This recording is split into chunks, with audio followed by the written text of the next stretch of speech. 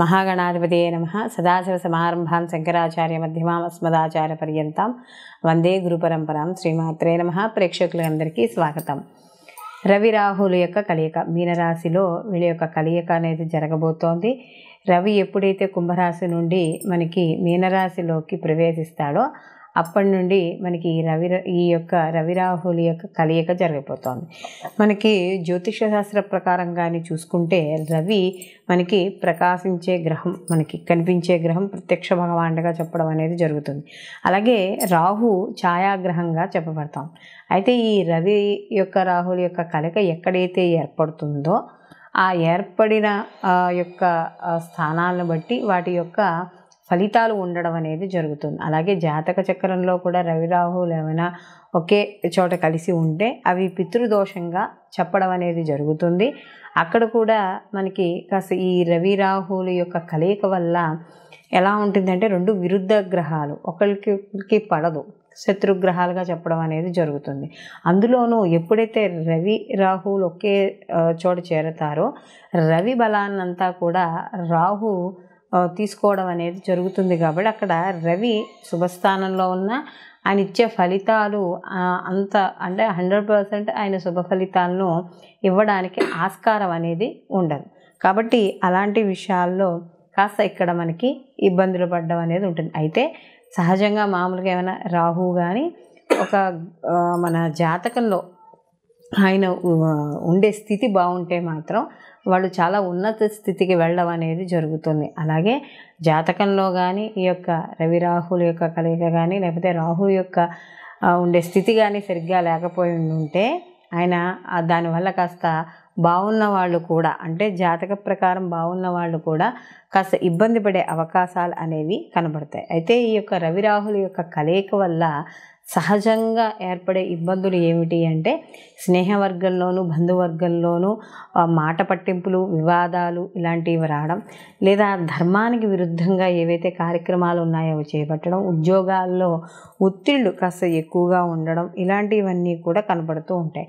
అలాగే మనకి రాహు మాయాకారకుడు. అలాగే ఇక్కడ మనకి జూదరి, ధర్మబద్ధమైన కార్యక్రమాలు ఏమున్నాయో దానికి వ్యతిరేకంగా ఉండేవాడు, ఇలాంటివన్నీ కూడా అంటే మనకి బ్లాక్ మ్యాజిక్ ఇలాంటివి చెప్తూ ఉంటాం కదా, వీటన్నింటికీ కూడా ఈ యొక్క రాహు కారకుడుగా చెప్పడం అనేది జరుగుతుంది. కాబట్టి అలాంటి రాహు అలాగే ఈ రవి ఇద్దరూ కలిసి ఉండడం వల్ల ఈ ప్రస్తుతం ఉన్న గోచార ప్రకారం కానీ చేసుకుంటే కొంత అంటే దీంట్లో ఉన్న ఉండే స్థానాన్ని బట్టి భావాన్ని బట్టి కొంతమందికి అనుకూలమైన ఫలితాలు అవి కూడా చాలా తక్కువగా ఉండడం, ప్రతికూల ఫలితాలు కాస్త ఉండడం, ఈ రెండూ కూడా ఉండడం అనేది జరుగుతుంది. అలాగే ఇక్కడ రవి రాహువులు ఎప్పుడైతే ఒక రాశిలో కలిసి ఉంటారో జన్మతః అది పితృదోషంగా పరిగణించడం అనేది జరుగుతుంది. అందుకనే చూడండి మనకి ద్వాదశ రాశుల వారికి సానుకూలమైన ఫలితాలే ఉండవు, అలానే అనుకూలమైన ఫలితాలే ఉండవు. అంటే ప్రతికూల ఫలితాలు ఉండవు. ఒకరికి సానుకూలం, ఒకరికి ప్రతికూలమైన ఫలితాలు కూడా ఉండడం అనేది మనకి ఇక్కడ జరుగుతుంది. అయితే ఇక్కడ రవి రాహుల కలయిక వల్ల ఏమవుతుంది అంటే ఒక వ్యక్తి తన జీవన విధానంలో కొన్ని మార్పుల్ని, ఒడిదుడుకుల్ని ఎదుర్కోవాల్సి వస్తుంది, ఇబ్బందుల్ని.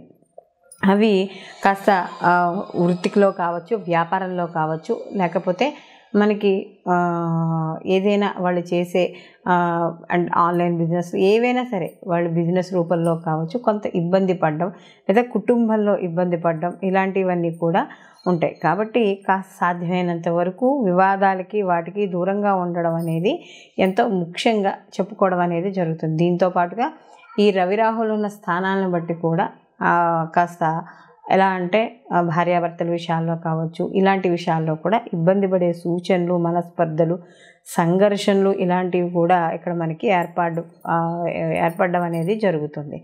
అయితే ఇక్కడ మనకి ముఖ్యంగా చూసుకోవాల్సింది రవి ఈ ప్రభుత్వ రంగాల్లో పనిచేసే వాళ్ళకి government, state government, central government, రాజకీయము ఇలాంటి వాటికి అన్నిటికీ కూడా మనం ఈ యొక్క రవిని మనం చెప్పడం అనేది జరుగుతుంది. ఎందుకంటే తండ్రి, ఆత్మకారకుడు, ఇవంతా కూడా మనం రవికి చెప్పడం. అలాగే ముఖ్యంగా ఈ యొక్క పోలీస్ శాఖకు సంబంధించింది, సైబర్ సెక్యూరిటీస్, రాజకీయము ఇలాంటి వాటికి మనం ఇందాక చెప్పుకున్నట్టుగా ఇవన్నీ రవి కారకత్వాలుగా చెప్పుకున్నప్పుడు పట్టుదల, ఒక దర్పము, అంటే ఒక రాజు కదా, సో ఆ వేతే లక్షణాలు, రాజుకి ఏ విధ లక్షణాలు ఉంటాయి అవన్నీ కూడా రవికి ఉండడం అనేది జరుగుతుంది. అలాగే రాహువు కూడా మనం చెప్పుకున్నట్టుగా భ్రమకారకుడు. అలాగే ప్రతిదీ కూడా మనని ఊహించుకునేటట్టు, ఊహాలోకాల్లో విహరింపజేసేటట్టు చేస్తాడు.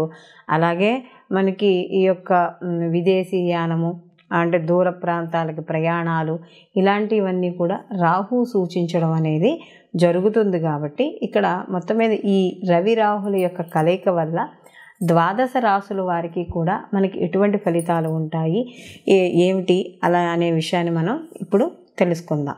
వృషభ రాశిలోకి కృతిక 2, 3, 4 పాదాలు, రోహిణి 1, 2, 3, 4 పాదాలు, మృగశిర 1, 2 పాదాలు వృషభ రాశిలోకి వస్తాయి. వృషభ రాశి వారికి ఈ యొక్క రవి రాహుల కలయిక అనేది మనకి లాభస్థానంలో జరగడం అనేది జరుగుతుంది. అంటే ఏకాదశ స్థానంలో జరుగుతుంది. సహజంగా ఏకాదశ స్థానంలో కానీ మనం చూసుకున్నప్పుడు ఈ ఏదైతే ఉపజయ స్థానాలు ఉన్నాయో ఉపజయ స్థానాల్లో యొక్క రవి శుభ ఫలితాలను ఇవ్వడం, పాపగ్రహాలు కూడా 3, 6, 11 స్థానాల్లో కూడా శుభ ఫలితాలను ఇవ్వడం అనేది జరుగుతుంది. అయితే ఇక్కడ మనం చూసుకున్నప్పుడు ఈ కాంబినేషన్లో రవి రాహుల యొక్క కలయిక వీళ్ళకి ఏకాదశ స్థానంలో జరుగుతోంది. కాబట్టి ఇక్కడ కొంతవరకు వీళ్ళకి అనుకూలమైన ఫలితాలు, అంటే 2 విరుద్ధ గ్రహాలు ఒకే స్థానంలో ఉన్నా కూడా కొంత అంటే వాటి వచ్చే ఫలితము తగ్గుతుందేమో కానీ, తగ్గడం లేదా ఆలస్యం అవుతుందో కానీ ఫలితాలు మాత్రం ఖచ్చితంగా రావడం అనేది జరుగుతుంది. అలాగే ఈయన లాభస్థానంలో ఉన్నారు కాబట్టి విదేశీ యానం ద్వారా కాస్త డబ్బు ఇక్కడ రావడము, అలాగే ఇక్కడ ఎవరైతే బంధువులు కానీ మిత్రుల యొక్క సహాయ సహకారాలు ఏవైతే పొందాలనుకుంటున్నారో అవన్నీ పొందడము, అలాగే కొత్త ఆదాయ మార్గాలు పెరగడం లేదా ఆదాయ మార్గాల కోసం వెతుక్కోవడం,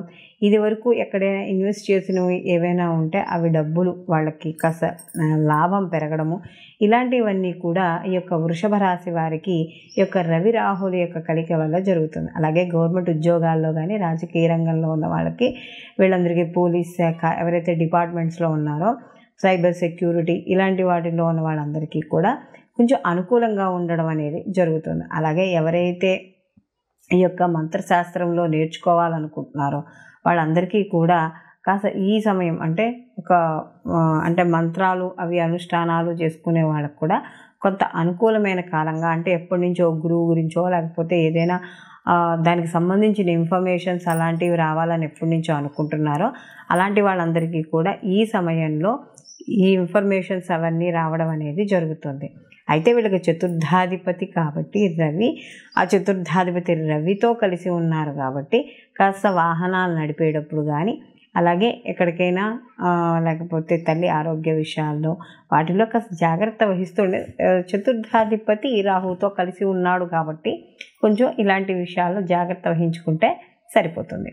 ఈ రాశివారు ఈ రవి రాహుల యొక్క ప్రభావాన్ని, అంటే మనకి ప్రతికూల ప్రభావాలున్నా సానుకూల ఫలితాలు మనకి ప్రభావాలున్నా కూడా ప్రతిరోజు కూడా ఆదిత్య హృదయ పారాయణ చేసుకోవడం. ఎందుకంటే రవి తన బలాన్ని తను సంపాదించుకోవాలి కాబట్టి ఈ యొక్క రవి బలాన్ని సంగ్రహిస్తాడు కాబట్టి ప్రతిరోజు కూడా ఈ రాశివారు ఆదిత్య హృదయ పారాయణ చేసుకోవడం, అలాగే దుర్గా కవచం కానీ దుర్గా పారాయణ కానీ, ఎందుకంటే రాహు యొక్క తీవ్రతను ఏదైతే ఉన్నాయో ఆ తీవ్రతను కూడా తట్టుకోవాలి. సానుకూల ఫలితాలు ఉన్నా కూడా మనకి ఇక్కడ మరింత సానుకూలంగా రావడానికి నిత్యము అమ్మవారి యొక్క ఆరాధన, అలాగే సూర్య నమస్కారాలు, ఆదిత్య హృదయ పారాయణ ఇవన్నీ కూడా ఈ రాశివారు ప్రతిరోజు తప్పకుండా చేసుకోవాలి. అలాగే సూర్య భగవానికి సంబంధించిన ద్వాదశ నామాలు చదువుకున్నా, అలాగే ఆదివారాలు ఈ ఏదైతే పీరియడ్ ఆఫ్ టైం ఉందో ఈ పీరియడ్ ఆఫ్ టైంలో మనకి ఈ యొక్క రవికి సంబంధించిన ఏదైనా కవచాన్ని పారాయణ చేసుకోవడం లేదా సూర్యాష్టకం పారాయణ చేసుకోవడం ఏదైనా చేసుకోవచ్చు. అలాగే ఆదివారం రోజు నియమాలు, అంటే సూర్యోదయానికి పూర్వమే లేవడం, అలాగే ఈరోజు తలంటుకోకుండా ఉత్తి చన్నీళ్లతో తలారా స్నానం చేయడం, ఆదివారం రోజు మాంసము మద్యము సేవించకుండా ఉండడం, ఈ యొక్క గోధుమలు నానబెట్టి గోవుకి తినిపించడం, రాహుకాలంలో వెళ్ళి ఆదివారం నాడు రాహుకాలంలో 4:30 to 6 మధ్య రాహుకాలం ఉంటుంది కాబట్టి ఈ రాహుకాలంలో ఈ గోధుమలు కాస్త ఆవుకు తినిపించడం ఇలాంటివి చేయడం ద్వారా ఈ రవి రాహుల కలయిక ఇక్కడ ఏదైతే ఉందో దాని నుండి వచ్చే ఫలితాలు అంటే వ్యతిరేక ఫలితాలు ఏమైనా ఉంటే అవన్నీ కూడా కాస్త తగ్గుముఖం పట్టడం అనేది జరుగుతుంది. సర్వే జనా సుఖినో భవంతు, లోక సంస్థ సుఖినో భవంతు.